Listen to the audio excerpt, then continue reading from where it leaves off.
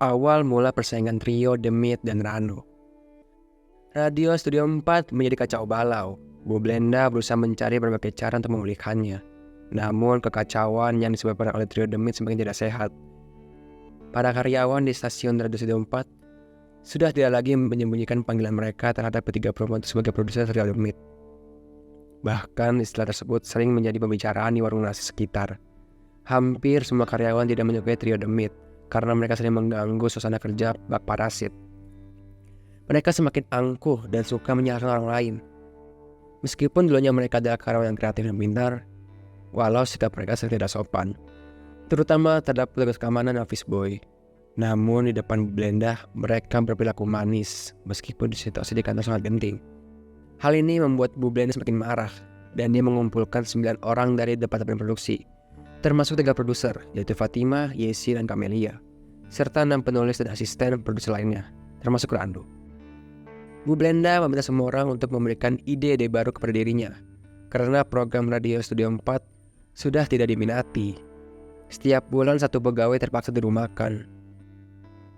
Ketika Bu Blenda memberikan instruksi dan mengungkapkan kecewanya, ketiga produsernya, Fatimah, Camelia, dan Yesi, hanya diam. Hanya 2 orang yang aktif berdiskusi. Salah satunya adalah Rano. Pada saat itu, produser dengan julukan trio Demit merasa malu dan harga diri mereka sebagai produser terinjak. Mereka menyadari bahwa Rano memiliki banyak ide.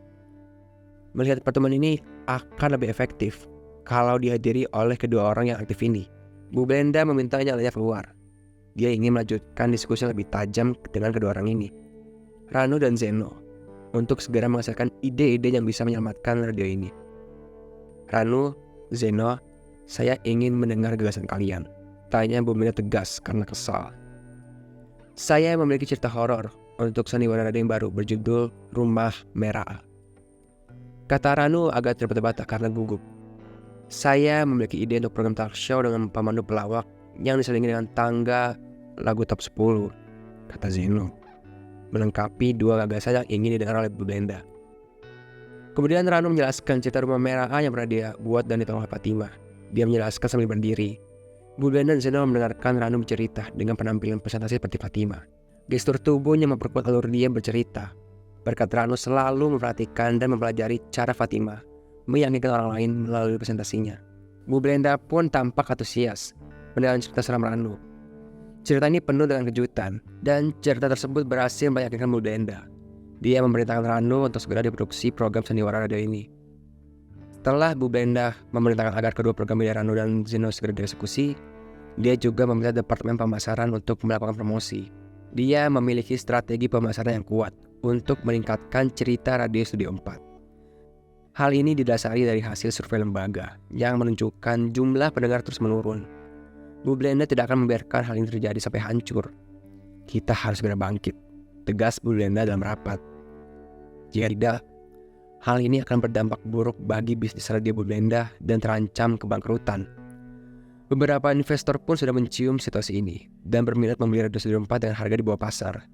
Namun, Bu Blenda memutuskan untuk bertahan hingga titik terendah. Rano melihat situasi ini sebagai peluang yang tidak boleh dilewatkan begitu saja. Dia mulai memikirkan cara untuk meningkatkan karirnya. Program sandiwara radio berjudul Rumah Merah akhirnya memasuki tahap rekaman.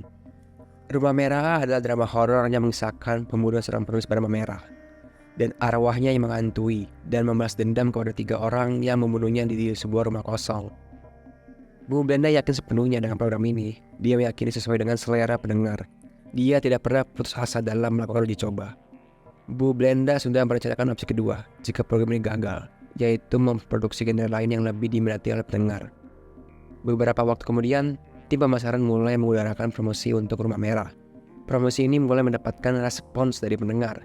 Mereka sering menelpon untuk menanyakan cerita yang akan ditampilkan, siapa pengisi suara, dan hal-hal lainnya. Seiring dengan penyebaran promosi program sandiwara radio ini, jumlah penelepon ke stasiun radio kepada penyiar semakin meningkat, dan Rumah Merah semakin dinantikan oleh pendengar. Ketika episode pertama Rumah Merah ditayangkan di Radio Studio 4, promosi lainnya yang menampilkan potongan cerita berhasil membuat pendengar semakin penasaran. Promosi ini dibuat oleh Rano dan dibantu oleh rekan editor lainnya, dan berhasil menarik perhatian pendengar dengan berbagai versi promosi yang masuk ke telinga pendengar. Cerita ini semakin tertanam dalam ingatan mereka. Jangan lewatkan sandiwara horor terbaru berjudul Rumah Merah. Mulai Jumat malam tanggal 22 Maret pukul 8 malam. Ingat, jangan mendengarkan sendirian. Begitulah penutupan promosi radio mereka.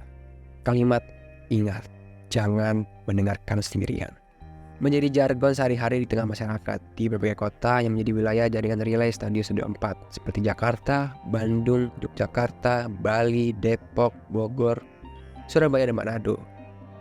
2 minggu setelah promosi Radio Rumah Merah mulai mengudara, jargon tersebut mencapai telinga Bu Blenda.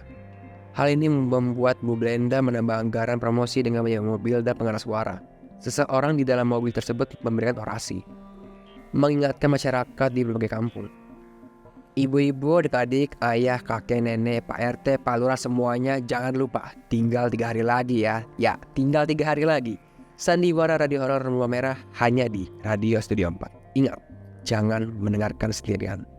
Ingat ya, jangan mendengarkan sendirian. Begitulah orasi yang dilontarkan dari mobil yang berkeliling dari satu kampung ke kampung lainnya. Mobil tersebut sengaja berjalan pelan, sehingga orang-orang dapat mendengar informasi yang disampaikan dengan jelas. Anak-anak kecil pun berlari mengikuti mobil tersebut, sambil meminta selebaran yang berisi informasi mengenai penayangan Perdana Rumah Merah. Beberapa media juga menuliskan fenomena ini dengan menuliskan judul berita, jangan mendengarkan sendirian. Semua pendengar radio di kota-kota yang menjadi wilayah jaringan relay Radio 4 seperti Jakarta, Bandung, Yogyakarta, Bali, Depok, Bogor, Surabaya, dan Manado menantikan tanggal penayangan perdana sandiwara tersebut pada hari Jumat tanggal 22 Maret 1984 pukul 8 malam. Keberhasilan Rumah Merah tidak berhenti di situ.